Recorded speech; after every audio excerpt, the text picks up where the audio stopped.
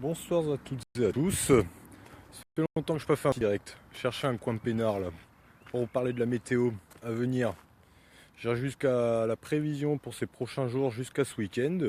Je vais tenter, puis je vais vous parler un petit peu de tendance saisonnière après. Allez hop, c'est parti, on y va. Vous avez vu, le beau temps est toujours là. Un petit peu plus nuageux que la semaine dernière, certes, mais avec des températures bien plus raisonnables quand même.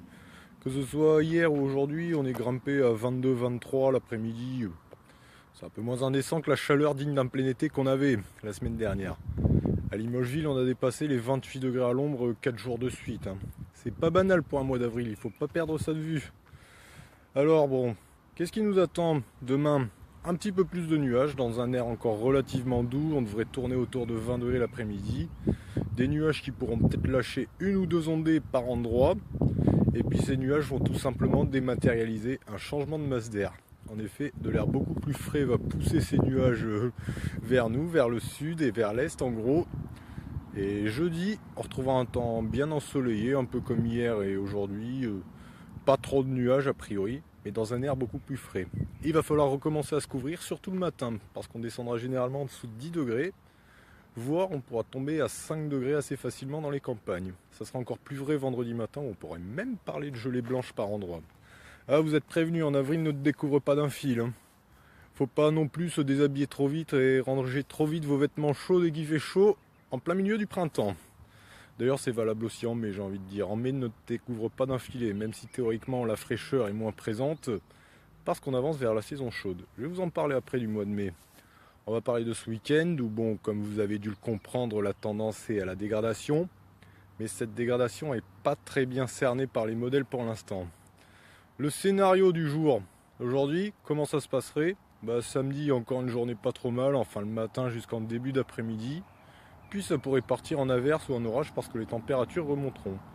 La trajectoire de la dépression, telle qu'elle est vue actuellement par les modèles, fera en sorte qu'elle nous propulsera de l'air de nouveau plus chaud. Et il pourrait faire pas loin de 25 degrés à Brive-la-Gaillarde et 22-23 à Limoges. Un peu comme actuellement. Enfin bon, c'est encore mal cerné, je vous en reparlerai d'ici ce week-end. Pour la suite du week-end et début mai, on sera dans une tendance quand même changeante, instable, avec un risque de pluie à peu près tous les jours.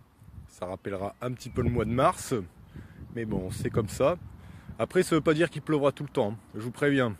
Ça veut dire que dans une même journée, on pourra avoir une belle plage d'éclaircies, des averses et un front pluvieux qui durera quelques heures. C'est pas encore très bien cerné pour l'instant. Enfin voilà, donc pour résumer, encore une belle semaine sèche sans précipitation ou presque jusqu'à samedi matin, assez facilement je dirais. Puis c'est après que ça pourra se dégrader.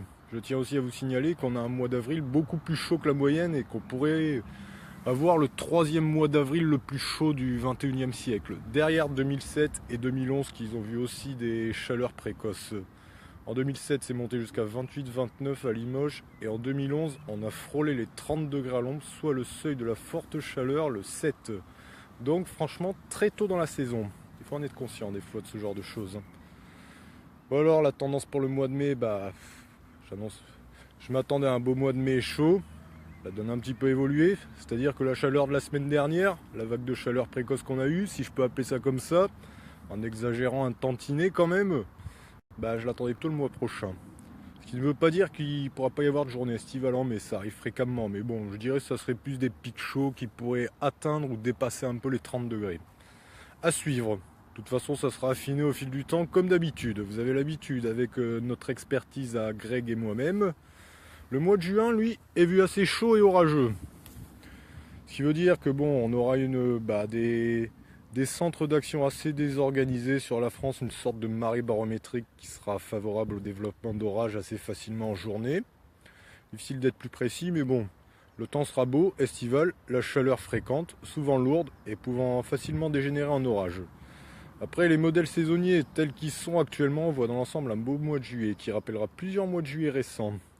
À savoir juillet 2013 par exemple, ou même juillet 2016. À savoir ensoleillé, sec et chaud, voire très chaud, voire une période de canicule qui n'est pas exclue. Après bon, pour la suite de l'été, je veux pas trop m'avancer parce que bon, j'ai pas encore beaucoup de visibilité. Quand je vous parle de météo de ces prochains mois, je tiens aussi à préciser d'une chose, c'est qu'il s'agit d'une tendance. Tendance par rapport au normal. C'est-à-dire que même si, dans l'hypothèse où j'annoncerai un mois normal, Ça peut cacher de gros excès, tels qu'une vague de chaleur, de la fraîcheur tardive ou un épisode perturbé suivi d'une semaine sèche sans précipitation. On ne néglige pas ce genre de détails non plus. C'est pour ça, prévision saisonnière, c'est grande tendance. Je vais pas m'amuser à faire comme d'autres gros médias qui essayent de vous sortir une tendance à la semaine, s'ils la chaîne météo. Je veux pas non plus les tailler, mais bon, moi je trouve que c'est peut-être un petit peu trop osé de sortir pour ce qui devrait se passer dans 5 semaines, une belle météo. Parce qu'après, les gens, ils y croient, et après, ils disent que la météo se gourre tout le temps. Parce que bon, la prévision peut vraiment être fiable jusqu'à 3, voire peut-être 4 jours d'échéance, où ça devrait pas trop évoluer, ça devrait à peu près se passer comme on le voit si on voit du soleil ou de la flotte. Mais alors après, ça peut facilement évoluer, hein. Un grain de sable sur les modèles peut tout changer. La trajectoire d'une dépression modifiée, un anticyclone qui se rapproche pas autant, tout ce genre de petits détails. Je vais pas trop rentrer dans les explications techniques, c'est pas ce que vous attendez sur cette page. Ce que vous attendez, c'est quel ciel et quelle température vous aurez dès que vous sortirez de chez vous. J'en suis conscient. Bref, après, au niveau prévision saisonnière, les résultats pour avril, qui étaient vus par beaucoup de confrères, enfin à la base, on va dire au début de l'année, il était vu plutôt perturbé et frais. La donne a changé, dès fin mars, j'avais vu le changement. Au début, c'était un coup de froid tardif qu'on attendait et qui ne s'est pas produit. C'est plutôt la douceur qui a pris le dessus. Et c'est là qu'on s'est dit, avril pourrait être différent des mois précédents ou pour avoir une période de beau temps. Eh bien, ça n'a pas fait semblant, avec une nouvelle fois la vague de chaleur qu'on a vue la semaine dernière. Donc voilà à suivre, hein. La météo pourra nous réserver encore pas mal de surprises. Bonnes ou mauvaises, mais c'est ça qui fait tout son charme. Et c'est ça qui me passionne plus particulièrement, entre autres, et qui me motive à faire des relevés quotidiens. Si c'est de la voyance, si on savait trop à l'avance exactement ce qui allait passer, j'ai envie de vous dire, on se ferait chier, nous les passionnés, hein.